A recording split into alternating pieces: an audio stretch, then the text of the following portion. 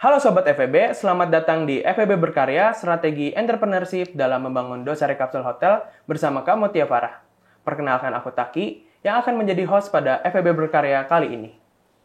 Sekilas nih mengenai Dosare. Dosare Kapsul Hotel merupakan hotel yang terletak di pusat kota Yogyakarta, tepatnya di Malioboro, dengan konsep desain kapsul modern.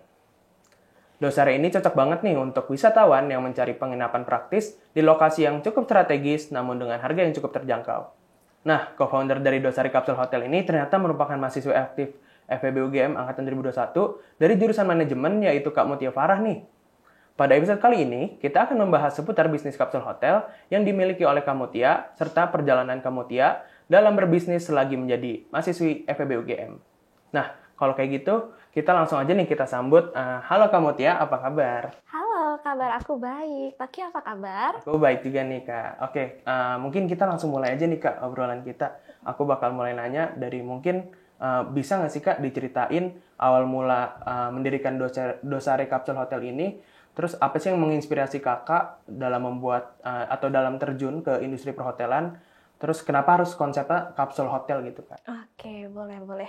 Jadi awalnya itu sekitar aku itu masih di semester 2 kalau nggak salah, jadi masih maba.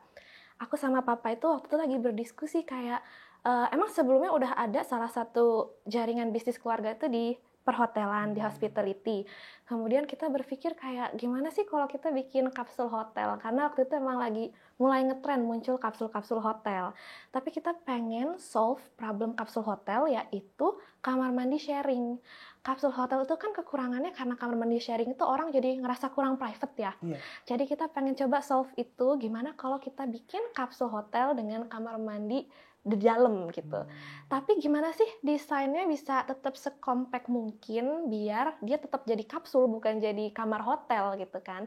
Dari situlah akhirnya kita mulai bikin Dosare Kapsul Hotel dengan konsep yang berbeda yaitu punya kamar mandi dalam. Itu sekitar tahun 2022 kayaknya. Dari situ juga kita langsung cari kira-kira lokasi mana sih yang paling cocok buat kapsul hotel. Karena kapsul hotel kan nggak ada parkirannya nih biasanya. Orang emang targetnya yang jalan kaki. Jadi tentunya harus di tengah landmark daerah yang ikonik gitu. Jadilah kita pilih di Malioboro. Dan kebetulan itu kan zaman-zaman Covid ya. Jadi banyak ruko yang emang disewakan dan alhamdulillah nemu yang cocok di Malioboro. Akhirnya kita mulai bikin dari situ terus sekitar tahun 2022. Tapi baru beroperasi, baru jadi sekitar tahun 2024 awal. Jadi butuh waktu lama untuk kita R&D sampai nemu kira-kira desain kapsul mana yang paling cocok gitu sih. Oke, menarik banget sih. Aku baru tahu juga bahkan Dosare Kapsul Hotel ini kamar mandi dalam gitu Kak. Oke, mungkin pertanyaan selanjutnya itu kan Kakak mention juga itu semester 2 waktu jadi maba ya Kak. Iya. Apa aja sih Kak tantangan terbesar ketika Kakak merintis bisnis ini? Terutama apalagi kan masih maba tuh Kak. Gimana sih Kak cara ngatasi tantangan yang nanti bakal disebutin sama kamu Tia? Oke, jadi waktu itu kondisi masih COVID ya. Jadi aku kuliah itu online. Aku punya lebih banyak waktu fleksibel untuk nimbangin kapan harus meeting sama tim, kapan harus kuliah dan ngerjain tugas dan lain-lain. Untungnya saat itu masih online. Kemudian semester selanjutnya udah mulai offline tuh semester 3, baru itu mulai agak sulit gitu kan. Karena udah mulai harus masuk kampus, pelajarannya makin berat. Tapi ya jalanin pelan-pelan aja. Tapi kalau ditanya paling susahnya menurut aku malah bukan di bagian developingnya, tapi waktu udah jadi dan gimana aku harus promosiin, karena kapsul hotel dengan kamar mandi dalam itu kan inovasi yang cukup radikal ya, belum ada di mana-mana sebelumnya kapsul hotel ada kamar mandi dalam. Gimana cara aku mengedukasi masyarakat kalau ada kapsul hotel dengan kamar mandi dalam itu ternyata paling tricky, karena target marketnya itu harga kami emang terjangkau, target marketnya lebih menengah ke bawah, gimana sih cara konten atau tipe edukasi yang bakal mereka terima, itu menurut aku malah paling tricky dan itu masih jadi tantangan terbesar aku sampai sekarang sejujurnya. Berarti masih jadi masalah ya Kak sampai sekarang? Jujur bukan masalah banget sih, tapi lebih kayak paling sulit paling sulit yang harus dihadapin. Menarik. Gitu. Tapi berarti kalau pas maba nggak terlalu mengganggu ya Kak, justru jadi advantage ya, karena lagi COVID juga. Iya, itu privilege sih. Kalau kejadiannya mungkin lagi nggak COVID, mungkin nggak akan senyaman itu ngejalaninnya. Pasti berat juga gitu. Oke. Menarik banget Kak. Oke, selanjutnya Kak, mengingat nih ya, di industri perhotelan ini kan lumayan cukup ketat ya Kak persaingan. Nah, terus apa sih Kak yang ngebikin Dosari Kapsul Hotel ini lumayan beda gitu dari kapsul hotel yang lain? Kira-kira boleh disebutin selain yang mungkin ada yang selain yang kamar mandi dalam itu Kak? Oke, bener sih. Memang selain dari kamar mandi dalam, ada konsep yang pengen kita usung yang berbeda dari kapsul hotel yang lain. Kalau kapsul hotel yang lain, rata-rata mereka bikin kapsulnya itu bentuknya agak futuristik gitu temanya ya. Kalau yang banyak beredar video-video konten-konten di TikTok atau Instagram, kalau kalian bisa cek, lampunya itu warna-warni, ada di dalamnya gitu ya. Kita tuh malah pengen kebalikannya dari situ. Kita pengen bikin kapsul hotel yang nyaman banget. Jadi kayak masuk lobby tuh udah cozy. Jadi dari situ kita lakuin sebaliknya dari kapsul hotel yang bisa lakuin. Kita pilih konsepnya tuh kayu-kayu, terus warm. Jadi lightingnya kita bikin warm, terus temboknya kita bikin kayu-kayu, dan juga wangi itu ternyata pakai a big role loh. Jadi kita pakai wangi-wangian sereh gitu yang bikin orang ya pokoknya masuk lobby kami tuh langsung ngantuk rasanya. Targetnya tuh masih seperti itu konsepnya. Ya menurut aku sampai saat ini sih belum ada yang kapsul hotel lain yang bikin konsep serupa ya. Jadi aku rasa selain kamar mandi dalam, tadi warm ambient cozy-nya itu menurut aku konsep yang berbeda juga sih yang bikin kita cukup menonjol. Gitu. Benar-benar. Aku nggak expect malah bahkan kapsul hotelnya nuansanya jadi warm gitu ya, Kayak tempat natural. pijet jadi ya, kayak Makanya tempat jadi lebih spa. relaksasi. Benar-benar. Mungkin ini agak bersambung ya Kak dengan pertanyaan selanjutnya. Dari peran inovasi ini dalam mengembangkan bisnis itu dari segi layanan, teknologi maupun strategi pemasaran kayak yang tadi udah disebutin kayak sama kamu Tia itu, kayak contohnya ada kamar mandi dalam dan nuansa yang berbeda tuh seberapa besar sih Kak peran inovasi ini? Oke, so kalau dari layanan, menurut aku nggak ada yang terlalu berbeda dengan hotel-hotel di industri hospitality lainnya ya. Layanan ya pasti namanya industri service paling penting, tapi other than that, menurut aku strategi pemasaran itu jadi beda banget lah daripada strategi pemasaran yang kita biasa pelajarin di kelas gitu. Biasa kita belajar mungkin F&B atau produk-produk. Hotel itu consumer behavior-nya kan beda.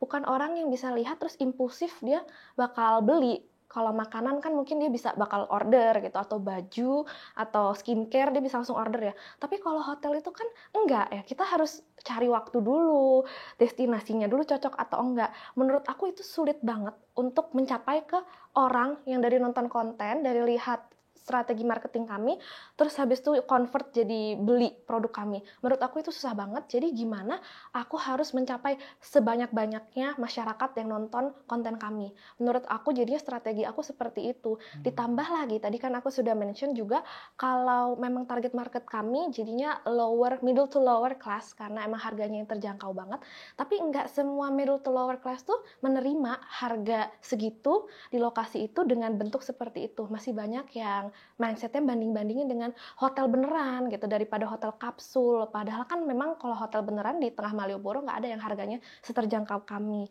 Jadi ya so far sih sementara yang works buat Dosare Kapsul Hotel, kita harus bikin konten yang emang seviral mungkin gitu buat mencapai. Emang salesnya naik sih, cuma kan nggak terlalu signifikan ya, yang nonton kontennya bisa sampai jutaan, tapi yang sales masuk ke kami kan meskipun naik, nggak akan bisa sampai sesignifikan itu.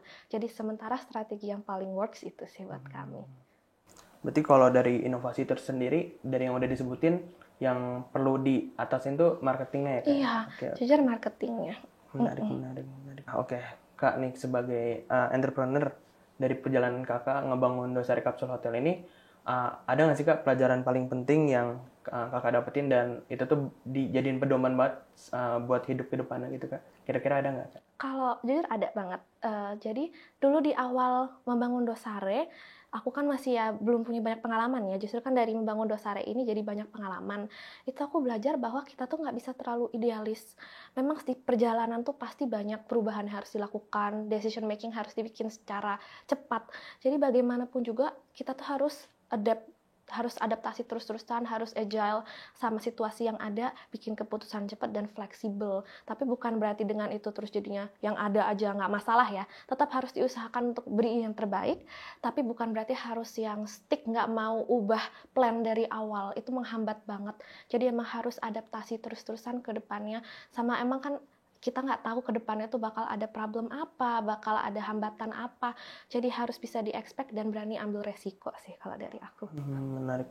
Berarti poin utamanya adaptasi ya Kak ya? Betul Kayak kita nggak boleh idealis terlalu tinggi gitu ya? Betul banget. Karena di realita nggak mungkin selurus yang kita bayangin Iya, gitu. betul banget. Oke, untuk pertanyaan tuh udah selesai sih Kak. Mungkin dari kamu Tia ada closing statement atau sebagai penutup lah. Mungkin pesan, nasihat kepada teman-teman Sobat FEB nih yang baru mulai masih maba dan pengen bikin bisnis. Kira-kira ada nggak Kak? Atau Kakak kalau misalnya mau promosi juga boleh nih Kak, boleh langsung aja ke kamera di situ. Mungkin boleh sih Kak. Oke, kalau dari aku pengen ngucapin semangat buat teman-teman yang nonton. Mungkin ada yang baru masuk kuliah, ada yang seumuran aku lagi pusing-pusing skripsi, ada kakak-kakak alumni. Aku mau bilang semangat untuk apapun yang kalian semua sedang jalanin. Jangan menyerah karena hasil tidak akan mengkhianati usaha. Ya, begitulah pokoknya. Pokoknya percaya sama apa yang kalian sedang jalanin pelan-pelan aja, berprogres meskipun kecil-kecil enggak masalah daripada kita kemunduran. Kalau dari aku itu sih. Terus kalau kakak-kakak ada di luar kota, kalau mau mampir ke Jogja, boleh ya ke Dosare Capsule Hotel. Relaksasi di Capsule Hotel ya kan? Betul. Oke. Menarik banget Kak yang udah disebutin tadi. Oke, kalau gitu terima kasih nih Kak Mutia atas sharingnya yang kalau orang bilang tuh kalau obrolannya bagus banget tuh berdaging banget tuh Kak. Nah mungkin kalau boleh aku simpulin beberapa poin yang tadi udah disebutin oleh Kak Mutia. Mungkin yang pertama itu Dosare Capsule Hotel tuh punya nuansa yang beda dari yang lain, kapsul-kapsul hotel lain, di mana biasanya normalnya itu kapsul hotel lain itu memiliki tema futuristik, sedangkan Dosare Capsule Hotel itu memiliki tema cozy. Dan satu poin yang benar-benar aku tekenin itu di mana ada satu hal kecil yang orang tuh jarang sadarin, yaitu adalah pewangi ruangan, di mana pewangi ruangan yang dipakai oleh Dosare Capsule Hotel tuh bisa bikin customer itu ketika masuk tuh langsung ngantuk gitu.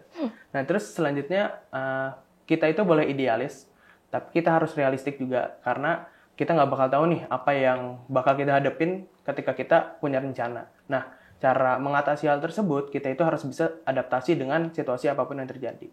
Terus kita juga harus mengambil opportunity jika ada kesempatan. Kayak contohnya ketika COVID, Kak Mutia ini mulai bisnisnya di semester 2 ketika sedang COVID. Nah, sekali lagi terima kasih nih Kak, karena udah bersedia hadir dan berbagi cerita di episode FEB Berkarya kali ini. Semoga diskusi kita hari ini dapat memberi pencerahan kepada Sobat FEB yang ingin memulai bisnis.